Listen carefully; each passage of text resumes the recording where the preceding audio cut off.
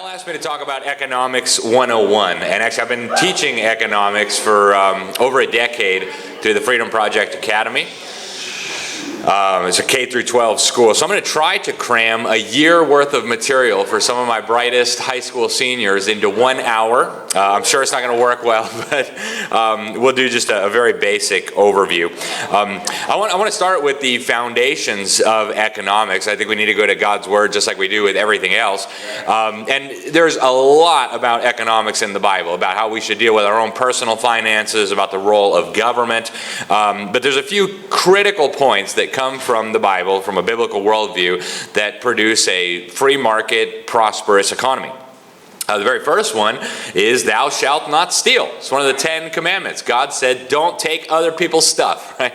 We teach it to our kindergartners, we teach it to our babies, and yet somehow once we get to be adults, we get confused and we say, well, he has more stuff than me. I think I'd like some of his stuff, and maybe I can hire a guy and give him a costume and a shiny little piece of metal, and maybe he could go take that guy's stuff and give some to me. And so if we just followed God's instructions, we'd be in a much better place. Thou shalt not steal. It is literally the foundation of private property. It's also the job of the government, right? God says in Romans 13, the role of the government is to punish evil. Stealing is evil. Therefore, God ordained civil government for, among other things, to protect our right to private property. Another very important part of what the Bible has to say about what an economic system, a just economic system, should look like is in Deuteronomy 25:15, and there are other verses that address this as well. And that is that you need to have full and fair weights and measures. So back in the day, when people went to the market, they had little scales, and you had to put a weight on to figure out exactly how much money that was, how much silver, how much gold, how many fruits. And so sometimes people would try to cheat their neighbor by having a weight that this is a 1 pound weight, and really it wouldn't be. It would be more or less, and so you'd try to rip off your neighbor. So God right here is telling us, don't use force, don't use fraud, don't steal your neighbor's stuff, and don't try to deceive other people into enriching yourself. And then finally, for those who love government welfare, if anyone's not willing to work, let him not eat. Okay? That was written by the Apostle Paul under the inspiration of the Holy Spirit. And so, no, government welfare programs are not an appropriate use of government. They're not appropriate in any sort of economy, even though they've become very fashionable and embedded in our culture. That's not a system that God approves of. That's not to say that as Christians we are not obligated to support widows and orphans. We have a personal obligation to help people who need help, but you can't just sit around and say, I want my government check, please, and I'd like to do nothing. Paul says very clearly then you don't eat, right? So right there you have the foundations for a free market economy. God prescribes a free market economy. You get private property. You get to decide what happens with your private property. Don't trick your neighbor and deceive your neighbor. And also, if you don't work, you're going to be very hungry. That's a real powerful motivator to get you working, right? When you get hungry, some of you guys know how that feels, right? You'll go get to work. So we'll start in the dictionary. What is economics? And it depends on who you ask. You get a lot of different definitions, but the Merriam-Webster defines it as a social science concerned chiefly with description and analysis of the production, distribution, and consumption of goods and services. So that's really what we're analyzing here. And it's really about figuring out how we're going to distribute scarce resources.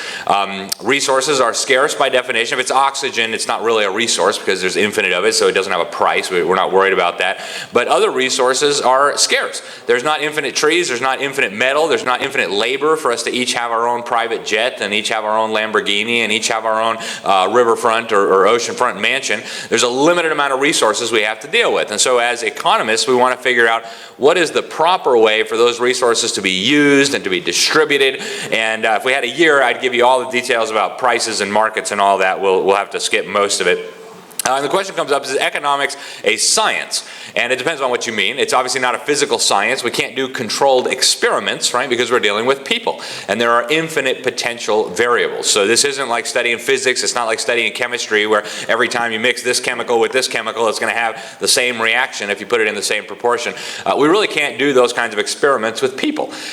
We have had something maybe remotely approximating that. We've had a few interesting cases over the last 100 years. We saw the Korean Peninsula divided into two.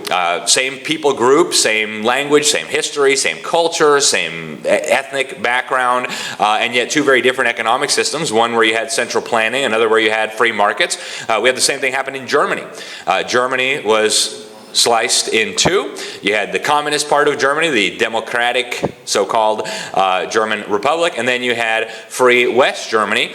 And how many of you younger people know what happened when Germany or Korea were divided up? Which side ended up more prosperous? The side that was closer to God's principles or the side that was further away from them?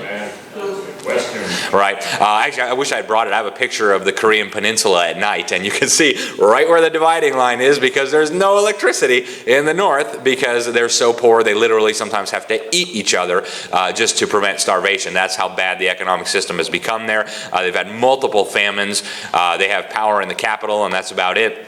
South Korea, of course, is one of the most prosperous countries in the world. It's not to say South Korea is a utopia of free market economics, but certainly much, much closer to it than North Korea. And the same thing happened in Germany. You could cross over the Berlin Wall and you'd see as soon as you get to East Germany, everything's breaking down. People are poor. There's no freedom. You go back to West Germany, like, wow, this is a very rich place. And so we can't do a true experiment, right? People, you could say, well, it might not have been the communism that made them so poor. Okay, that seems implausible. And actually, we'll look at some evidence if we have time later that freer markets do produce more prosperity. The closer you follow biblical principles in the economy, the more prosperous your society will become. Obviously, economics, I think, is extremely important. That's why I've been teaching it for the last 12 years. I think one of the reasons we're in the mess that we're in as a country and as a world is that people don't know anything about economics. And we'll talk about some of the 10 key principles in a moment. Praxeology is kind of a subfield within economics. It studies human action and behavior. Ludwig von Mises, kind of one of the founding fathers of the Austrian School of Economics, was very big on studying praxeology. And it's about looking at purposeful human action and behavior. As you enter the field of economics, you find out very quickly there are a lot of different viewpoints, and a lot of people who have PhDs in economics disagree with each other. Right? Again, it's not like chemistry, where if you mix two chemicals together in the same proportion, you're going to end up with the same result every time. You have people who call themselves Marxists, who claim to also be economists. You have people who believe in the free market, who have a PhD in economics. So lots of disagreement, and it goes back to what I'm saying. Economics is of a social science, not a physical science. And we'll, if we have time, we'll get into some of those. I do want to spend a minute on the 10 key elements of economics. It's a nice little list that was put together by some economists. I pulled this list off the Fraser Institute. It's a free market institute in Canada. And we'll spend just a moment on each one. Incentives matter, right? Whoever doesn't work doesn't eat. It's a pretty strong incentive to get busy, okay? Because if you're hungry, if your children are hungry, you'll want to do something. In a socialist or a communistic economy, the incentive is very different. Right? In a free market economy, what is your incentive? To work hard, to be frugal, to invest properly, to be a good steward of the resources that God has given you. What's your incentive? Profit. Right, profit. Increasing your own well-being, having more money that you can use to build a bigger house or give more to charity or get a college education or indoctrination for your kids if that's what you want to do. Now, if you go to the other extreme, the other economic system, socialism, communism, your incentive then becomes, well, I have to meet my quota so that they don't hit me with a stick, so that they don't throw me to the gulag, so that they don't take away the government apartment that they have given me. And so your incentive becomes very different. Then your incentive becomes, I got to work just enough so that I can meet that quota, but I don't want to exceed that. So incentives are critical in an economic system. There's no such thing as a free lunch. You hear a lot of politicians today acting like we could just have infinite free lunches. Well, we should just pass a law that everybody could be a trillionaire. Why not? We just make a minimum wage. It should be $20 an hour. And I say, why not $1 trillion? Right? There's no such thing as a free lunch. Right? If the government's going to give you something, they have to take it from someone first. Okay? The government doesn't have a money tree because, of course, money doesn't grow on trees. If they want to give you something, they have to take it from someone. Voluntary exchange promotes economic progress. So voluntary exchange is when two people or two economic entities, it could be a company, voluntarily agree to trade something for something else, whether that's money or a piece of property or a good or a service. Transaction costs are an obstacle to exchange. So if you have to go through a lot of work to find the person who has what you want, that's an obstacle to exchange. If you can reduce those barriers, the economy becomes more productive. Increases in real income are dependent upon increases in real output, right? We can't just pass a law magically decreeing a minimum wage of $20 and expect that we're all going to get richer, right? We actually have to have more output if we want to get richer. Just waving the magic economic wand and saying we hereby allocate $1 trillion to everyone is not going to actually make anyone richer. It's just going to redistribute some wealth and make the currency go down in value. We've got 4 legitimate sources of income growth. Improvements in worker skills. So if you get better at what you're doing, you're a better plumber, you're a better engineer, you're a better architect. We've got capital formation, and we'll talk a little bit about that when savings create pools of capital that can then be invested in capital goods, tools, right? Imagine digging a hole with your hands. It would take a while. And imagine a shovel comes along. Now you can suddenly dig that hole much quicker. Okay, your shovel is a capital good. Then you get a giant machine, an excavator machine. Now one guy can dig a hole in an hour that would have taken 1,000 guys 1,000 hours to dig before. So capital formation. When we get savings, we can invest it in capital goods. We can use those capital goods to increase the productivity of our labor. We've got a technological advancement. Right? As technology progresses, we can do things more efficiently and we can become more prosperous. And then finally, better economic organization. The less time is wasted on silly things if we have better management, better task allocation, etc. Income is compensation derived from the provision of services to others. In other words, people earn income by helping others, at least legitimate income, right? In a free market economy, if you want to make money, you have to do something that somebody else with money values. You have to serve your fellow man. And a lot of people don't like to serve their fellow man. They'd rather just sit around and hire a guy with a costume and a nice shiny thing to go take money from their neighbor, but that's not legitimate compensation. That's not legitimate income, right? Legitimate compensation comes from actually serving somebody. I'll cut your hair and give you a haircut. I'll grow some chickens and collect eggs and sell you the eggs. I'll, whatever it is, good or service that you're doing that somebody else values and is willing to pay for. Profits direct businesses toward activities that increase wealth. How many businesses do you know that don't want to make profit? Right? So businesses and entrepreneurs look around and they think, how could I make the most money? So they're interested in making money. And this is what Adam Smith came up with the invisible hand. If we have time, we'll spend a little bit more time on him. But he was one of the first people in the modern era, if you will, exclude ancient Greece and things, but one of the first people in the modern era to really do a systematic study of the economy. How does it work? Why do people do the things that they do? How do some countries get rich and other countries stay poor? And one of the things that he uncovered, he described something that he described as an invisible hand, that it leads people to do things that serve others. They're only worried about their own well-being. They just want to make more profit. They just want to earn more money. They're just thinking, how can I improve my situation? But in a free market system, God has designed it so that we are then forced to go out and do things for other people. And I'm not making an argument that greed is good, far from it. But think about a greedy guy. He comes to a town and he thinks, I want to make a lot of money because I'm a greedy guy. I want to live in a bigger house. I want to have a nicer car. I want my neighbors to look at me and think, wow, he must be rich. So he can't use force, right? He can't steal things from people. God said, thou shalt not steal. We have a government in place that will punish you for doing evil. He can't defraud his neighbors. Again, he'll get in trouble. So he thinks, how am I going to make money? Well, I got to do something productive. I have to do something that people want. So he looks around. He sees there's one bakery in town. It makes nasty, yucky, really expensive bread. He thinks, I'll start a bakery. Okay, so he starts a bakery. He makes bread that is better tasting and cheaper than the bread being produced at the other bakery. So what has happened? Now, he was thinking about his own benefit. He was thinking about, how can I make money? But what did he just do for the town? He has now provided better bread at a better price. So if you want to make money, if you want to make profit, you have to serve other people. And so through the free market economy, God has found a way to harness our nature, harness our own self-interest, and force us to serve other people. Okay? And that's very good, right? If not, we'd be in real big trouble.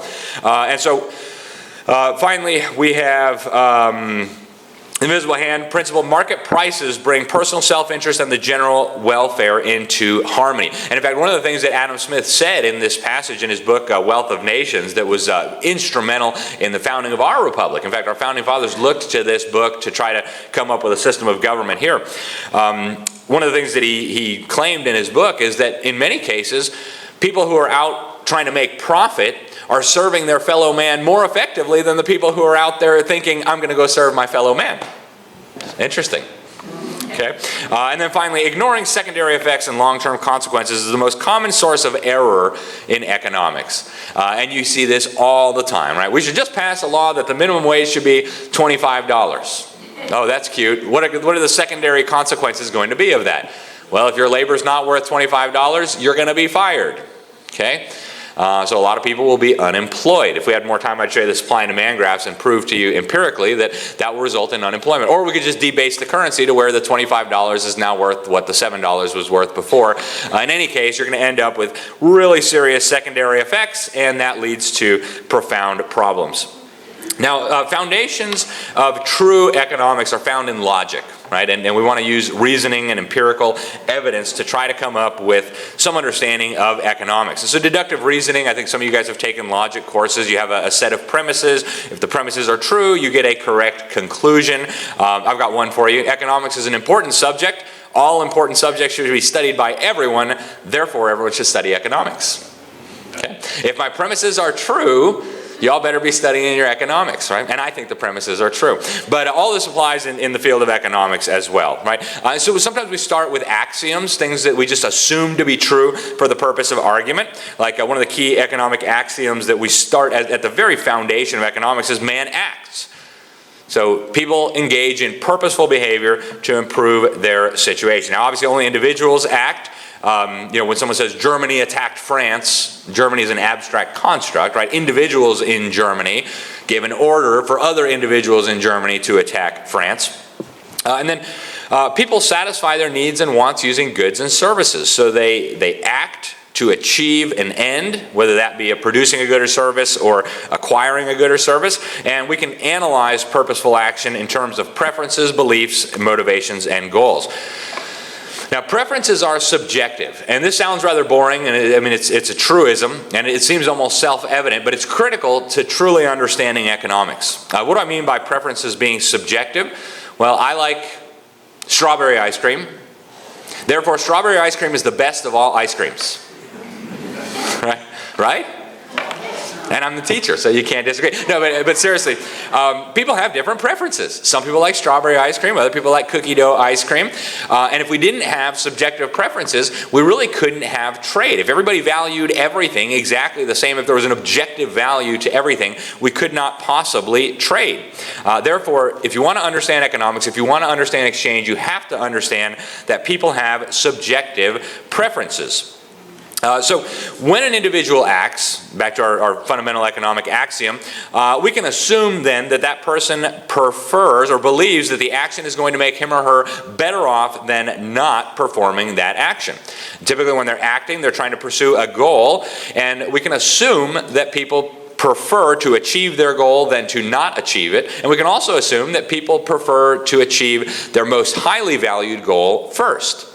So whatever I'm doing gives you a good sense of what I value most highly. Right now, the thing I value most highly is teaching you young people a little bit about economics so that we don't end up making those errors that end up costing us big time, or worse, ending up like North Korea or East Germany.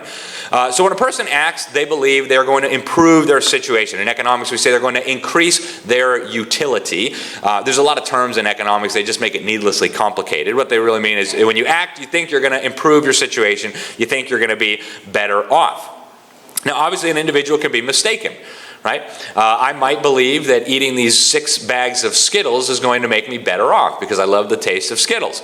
But afterwards, I've got a stomach ache, and I'm thinking, oh, that was really dumb, right? So I can be mistaken in my expectations, but if I'm eating 6 bags of Skittles, you can assume that I believe that eating the Skittles is going to make me better off than not eating them.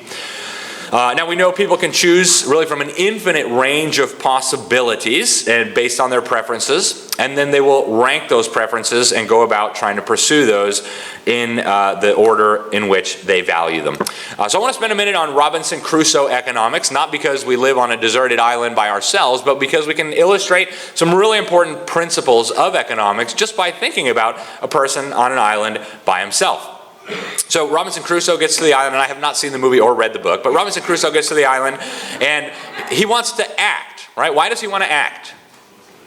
Right, because maybe he's hungry, maybe he's thirsty. He's going to figure out very quickly, well, I have needs, I have desires. If I just sit here, I'm going to waste away, and it's going to be very unpleasant. So he's going to act.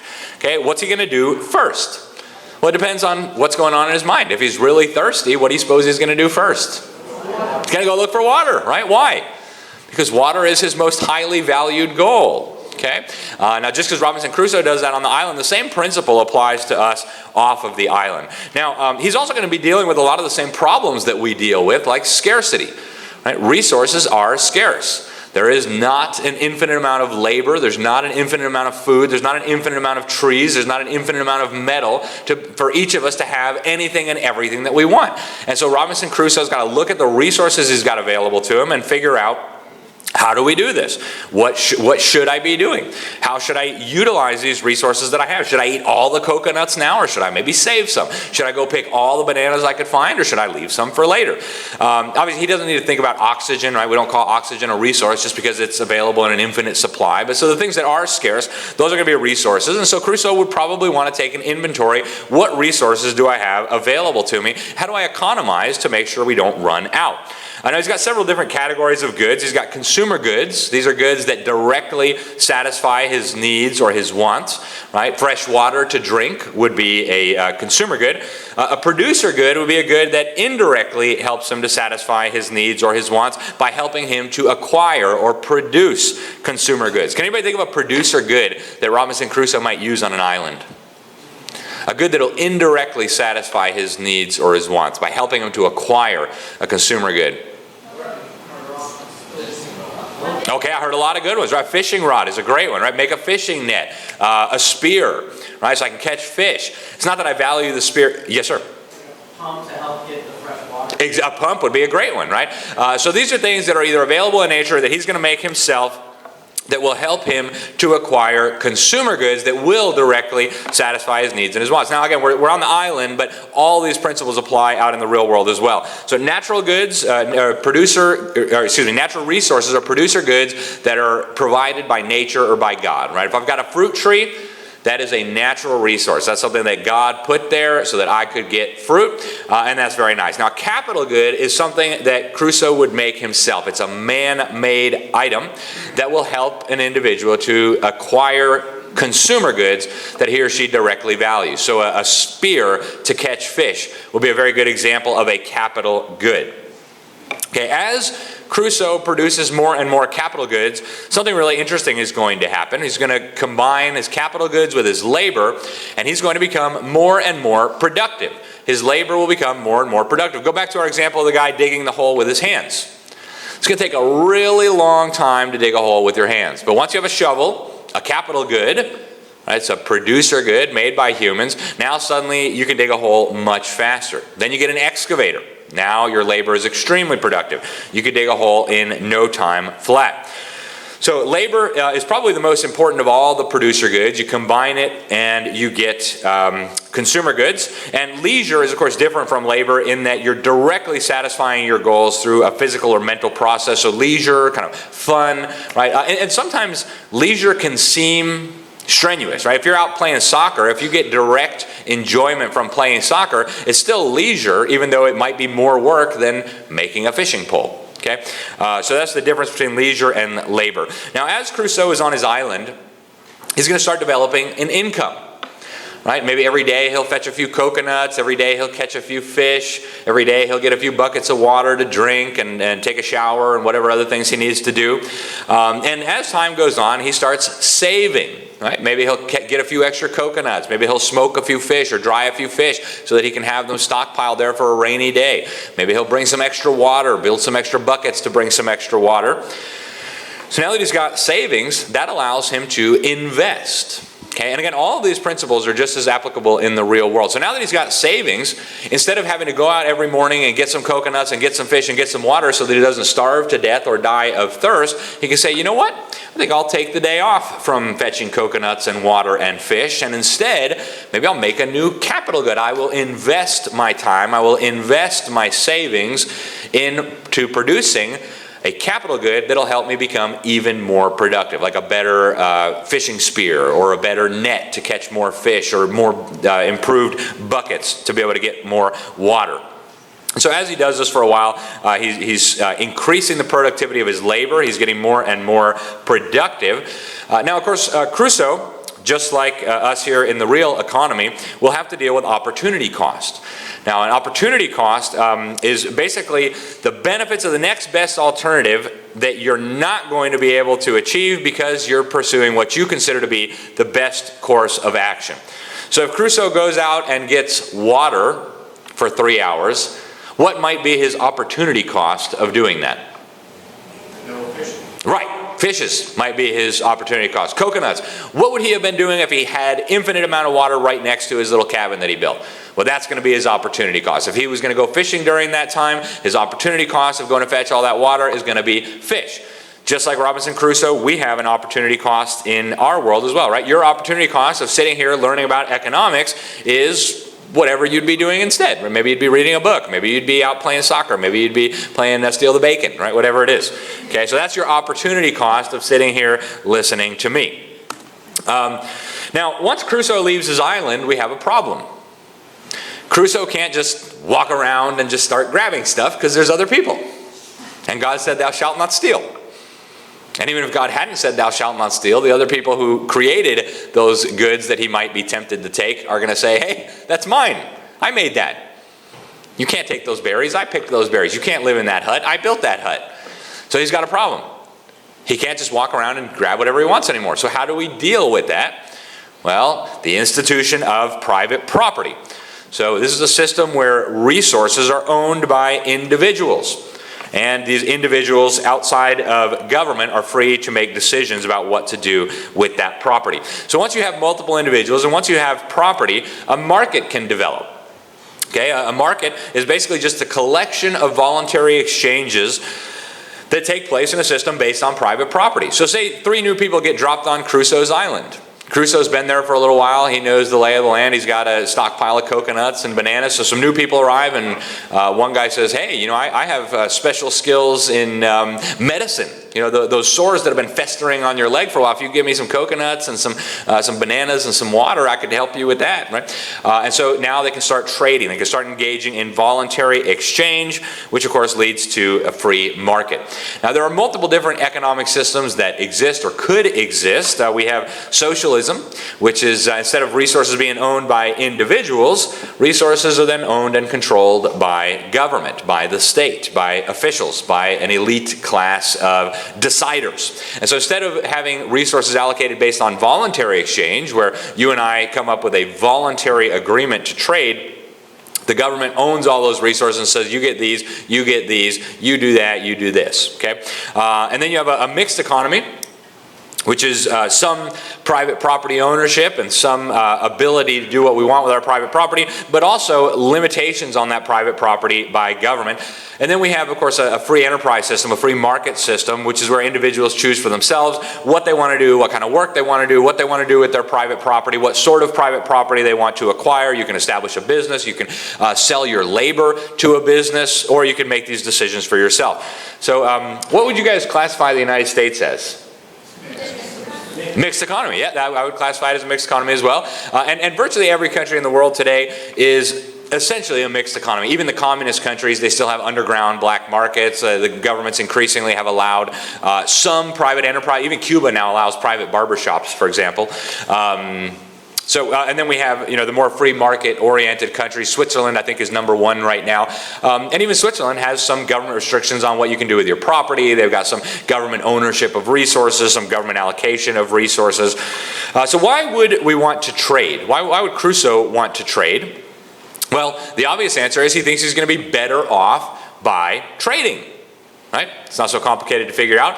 So if Crusoe is going to trade something, he's going to think he's going to be better off by trading. And for that to happen, the exchange has to be perceived as mutually beneficial. Both sides of a transaction have to think that they're going to benefit. But how is that possible? Well, it goes back to what I said earlier. Preferences are subjective. People value different things at different levels. One person may prefer an orange over an apple. The other person may prefer the apple over the orange. They can trade. Now, each one feels like they're better off because their preferences are subjective. Every time you walk into a store and buy something, you prefer those jelly beans over that $1, whereas the store owner prefers the dollar over the jelly beans. That's what makes it possible for you guys to trade. And guess what? Both of you are better off. If you think you're better off, in your mind, you're better off. And so that is the foundation of wealth creation in a free market system. Now again, obviously one or more parties can be mistaken in their belief that they're going to be better off, right? You eat those jelly beans, you're going to start getting cavities, you're going to start gaining weight, things like that will happen. But they're delicious, and you feel like you're better off.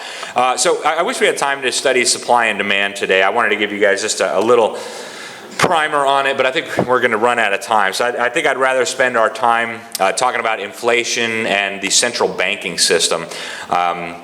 But I sometimes jokingly say to my students, pretty much any question in economics, if you answer supply and demand, you're on the right track. Supply and demand is critical, right? We'll start with the law of demand. I'll give you just some basics here. So the law of demand says that with other influences the same, lower prices are going to lead consumers to purchase more units of a good or service. Higher prices are going to lead consumers to purchase less units of a good or service. Now this seems really obvious, right? You walk into a store, jelly beans are 10 cents a pound, you're going to buy a lot of jelly beans. Right? At least I would. Maybe this is me. Okay. But the same is true for any good or service, right? When prices are down, consumers want to buy more units of that good or service. Now the opposite is also true. When prices are higher, consumers want to buy less units of a good or service. So if I walk into that same store and now suddenly a pound of jelly beans is $1,000, I'll probably still buy some, but less than I would have bought before. Right? Why? Because the prices are higher. So this is common sense, it's intuitive, but as you'll see, it's critical to understanding basically everything that happens in the economy. I'm only half kidding when I say the answer to everything in economics is supply and demand. So this is what a demand curve looks like on a chart. I won't get into the numbers and how I got them, but you see it's... Can you guys hear me if I'm away from the mic? Yeah. Oh, but you can't for the recording, so let me see if I can bring this over with me. Let's see if we... Oh, I'm taped here, huh? All right, maybe I can't do that. All right, well, you see the vertical axis right there, right? Okay, the vertical axis has got price on it. You see the horizontal axis, that's got quantity on it. So at that very top, you probably can't see the numbers, but at the very top point, you see the price is $8, and you see on the horizontal axis, it's at 0. So at $8 per ounce of candy, oh, thank you. Consumers are going to buy 0 units, right? We all like candy a lot, I'm sure. And if you don't, just pretend like you do. Oh, is it getting brighter? Cool. No, this. Oh, a pointer. Oh, thank you. Excellent. Thank you so much. There we go. All right, how do I make that little pointer pop out? Top button. Top button. Aha, got it. Okay. So you see that point right there? So at a price of $8, consumers want to buy 0 units. Then you come down here, at a price of $0, consumers want to buy basically as many units as they can possibly carry, right? Load up the back of my pickup truck, please. I'll take as many gummy bears as you can fit in there. And then I'll be back for more, right? Because they're free, of course, right? You eat gummy bears for breakfast, lunch, and dinner. And you see it at every point in between. So at a price of $6, the number of units goes up a little bit from $8, but not a whole lot. And you see the shape goes like this, okay? So at a higher price, consumers buy less units. At a lower price, consumers are going to buy a lot more units, okay? Now let's get to supply. The law of supply is basically the inverse, the opposite of the law of demand. So you basically, with supply, the higher the price, the more units suppliers want to supply. The lower the price, the less units suppliers want to supply. Now again, this is intuitive, it's common sense. If you own a shop and you can make a lot of money on gummy bears, you're going to want to sell a lot of gummy bears. If you can only sell gummy bears for 10 cents, you're probably not going to fill your store with gummy bears. You'll put something else that you can make more money on, like gasoline or bread or whatever it is, right? So let's get to and I don't know what happened with my graph. This somehow got messed up. So ignore this line here. But let's look at this. Let's look at this orange line here. This is going to be our market for candy. This is our supply. So at a price of $0, how many units of candy do suppliers want to supply? None, right? What kind of bozo shopkeeper would want to sell gummy bears for $0? You'd be a total idiot, and you'd be out of business, right? That's how the free market works. If you're a total idiot and you sell stuff for $0, you're going to go out of business quickly, and all those resources are going to be liquidated, and they'll get into the hands of people who will make better use of them, okay? It's the beauty of the free market. So at $0, suppliers will supply 0 units of gummy bears because, hey, there's no profit in it, okay? Now let's get up here. At a price of $8, wowzers. Suppliers want to supply massive, massive amounts of gummy bears. Okay, now if it were all up to suppliers, we would charge a price of infinity on everything, right? If suppliers could completely control the market, they would just charge infinity dollars for everything and just sit back and collect the money. Can they do that? No, how come? Because nobody would buy it, right? Okay, very good. So this stuff is actually easier than the professional PhD economist technocrat class would like you to believe, okay?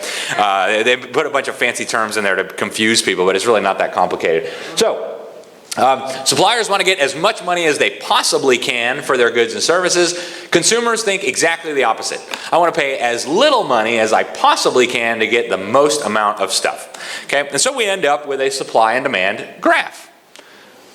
I keep losing my button. So here we see our demand curve right here, right? At a higher price, consumers want less units. At a lower price, consumers want more units.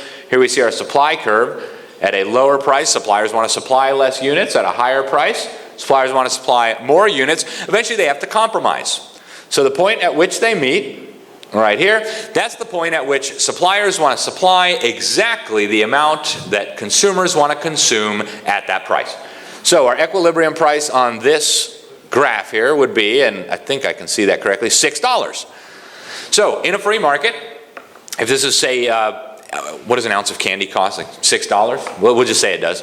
So an ounce of candy will be $6. Why? Because that is the point at which suppliers want to supply exactly as many units as consumers want to purchase. So everybody's happy, okay? Now, this is where prices ultimately come from, right? Where do prices come from? Supply and demand. It's the answer to almost everything in economics, and I'm only half kidding. Okay, so that's where prices come from. Consumers and suppliers compromising, meeting in the middle, and then coming up with an equilibrium price at which they are willing to trade. Now, there are times when government or other forces interfere in this process, and then we get real problems. So let's say Emperor Cerny Banders decides that candy is actually a human right. You have a right to candy. It's just so unfair that poor people cannot afford enough gummy bears, and those evil capitalists are exploiting the poor by charging way too much money for gummy bears. So we're going to make a law that gummy bears can only cost a maximum of $3 per ounce. And the poor people say, yes! Right? They all run to the store, and guess what? They want to buy a lot more gummy bears than they did before because they're only $3 an ounce. Suppliers are thinking, $3? What? I don't want to sell that many gummy bears for that. That's silly. So what's going to happen? Here's the price ceiling that was set by Emperor Cerny Banders. We see suppliers are only going to supply this many. Consumers are going to want to demand that many. What happens? There's a big gap there, right? You guys are mostly too young to remember the gasoline crisis back during, what was it, the Nixon and the Carter administration when you had the long gas lines. Okay, but you guys are not too young to remember Pocahontas, what's her face, Elizabeth Warren. We need a law. These gas station owners are charging way too much money. In fact, the current emperor, Sleepy Joe Biden, he put on Twitter, these gas stations need to take down those prices immediately. How dare they? Right? We should make a law. Okay. Well, remember the 10 key elements, the secondary effects. Well, what would be the secondary effect of making a law? And we know because this is exactly what's happened over and over and over again in Venezuela. Just a few years ago, this exact same story played out. Prices were going through the roof because they were destroying the currency. And the dictator down there, Hugo Chavez, and then later Nicolas Maduro, said, man, those greedy capitalists, they're exploiting the poor. We need a law that says you can't charge more than, 500 bolivares for a pound of rice. What happened? You guys should know now. Massive shortages, right?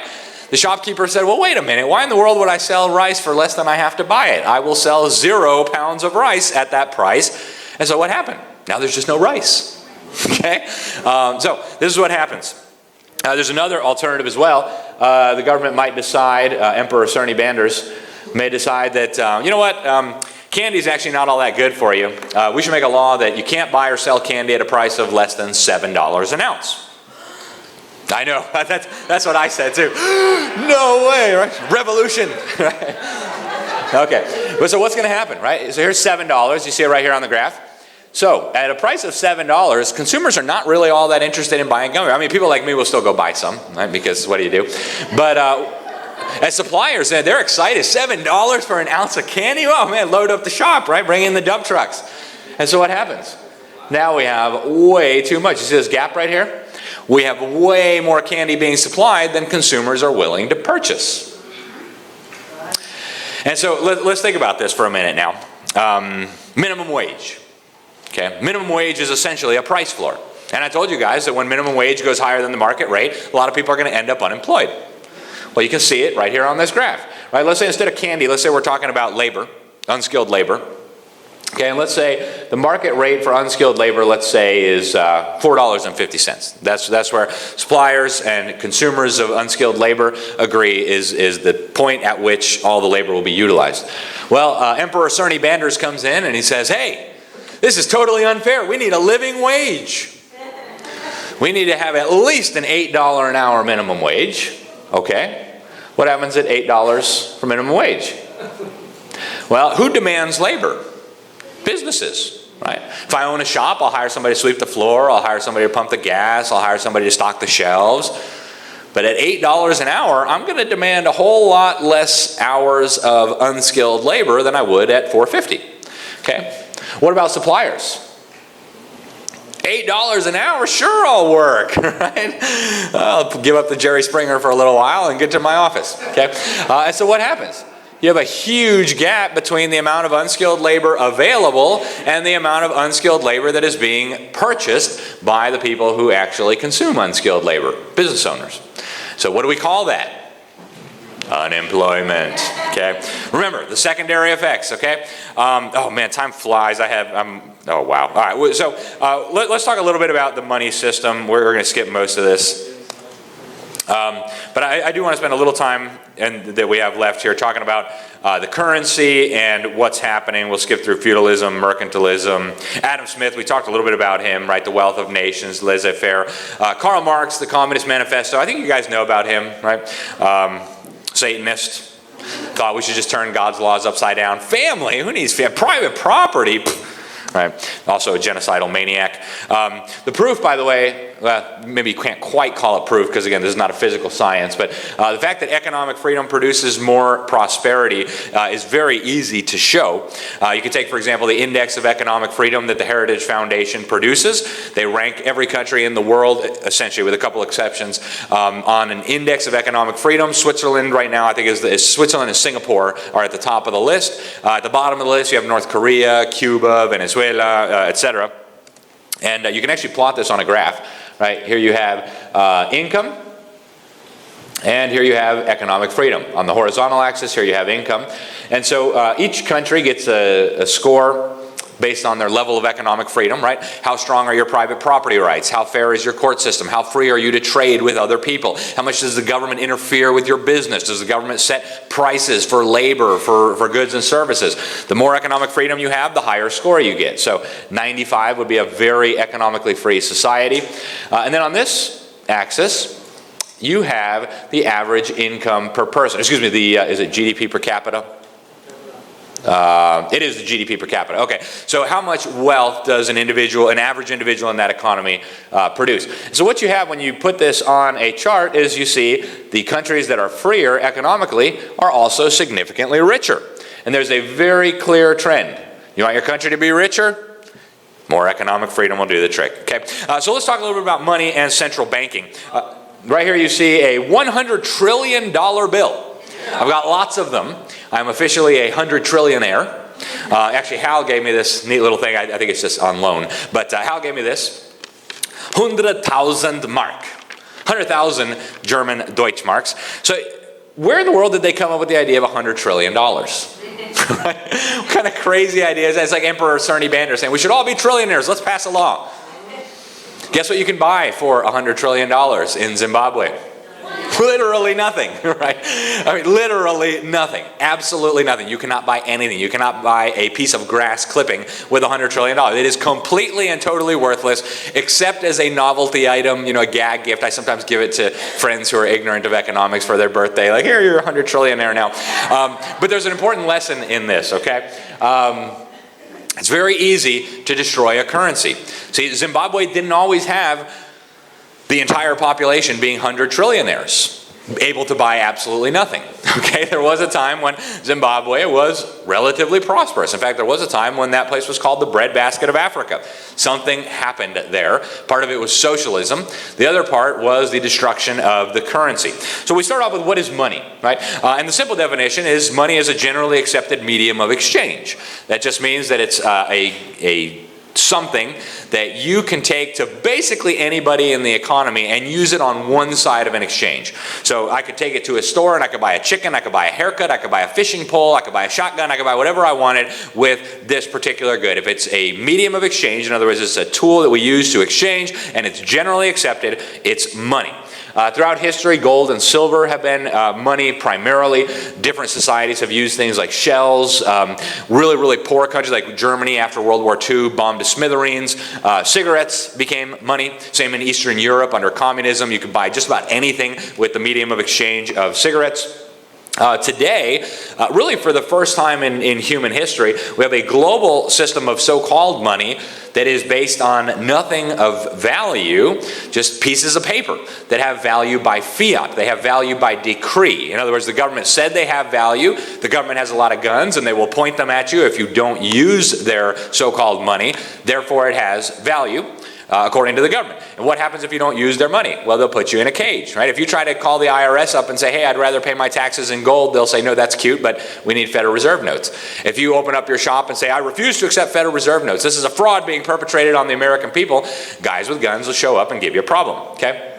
So, we have, for the first time in human history, a global system based on fiat money. Hal, what do I have, 10 minutes left? No, you're 5 minutes over. What? Oh, okay. All right, well, we'll wrap it up then, guys. Am I really? Okay. Thanks, guys.